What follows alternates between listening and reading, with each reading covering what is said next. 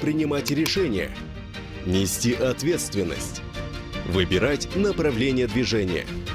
В этом же возрасте ты получаешь еще одно право – право голоса. Право выбирать, в каком направлении будет двигаться наша страна. 18 лет. Время брать ответственность за свой выбор. Голосуй за обновление. Центральная избирательная комиссия Республики Казахстан.